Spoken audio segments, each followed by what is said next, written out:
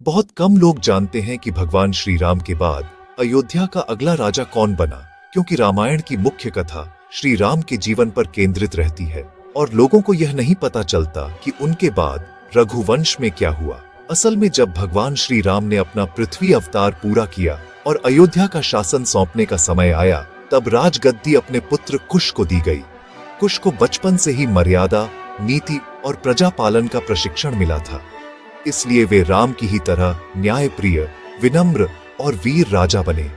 कुश के राज्य में अयोध्या फिर से वैभव, शांति और धर्म का केंद्र बनी। लेकिन कहानी यहीं खत्म नहीं होती, क्योंकि कुश के बाद रघुवंश में एक लंबी श्रृंखला शुरू होती है जो कई पीढ़ियों तक चलती है। कुश के बाद क्रमशः अतिथि, निषद, नल, नबी, पुंडरीक, क्षेत्रधति, विचक्षण, हिरण्यनाभ, पुंश, ध्रुव संधि, सुधन्वा और सुचेता जैसे पराक्रमी, विद्वान और धर्मप्रिय राजा हुए, जिन्होंने अयोध्या की गौरव गाथा को जारी रखा।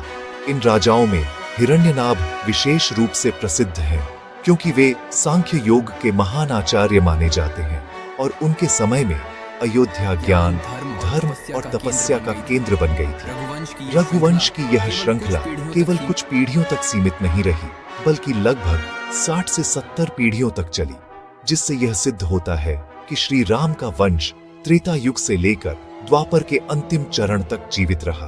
अंत में इस वंश का सबसे प्रमुख राजा बृहदबल हुआ, जो महाभारत के युद्ध में कौरव पक्ष की ओर से लड़े और अभिमन्यु के हाथों वीरगति को प्राप्त हुए। इस प्रकार श्री राम के बाद भी रघुवंश की महिमा, उसकी परंपरा और उसका गौरव युगों तक चमकता रहा और अयोध्या का नाम धर्म, न्याय और पराक्रम का प्रतीक बना। हाँ, अगर आपको हमारी पौराणिक कथा पसंद आ रही है तो हमारे चैनल सुनहरे पल टॉक्स को सब्सक्राइब करें और जुड़े रहें।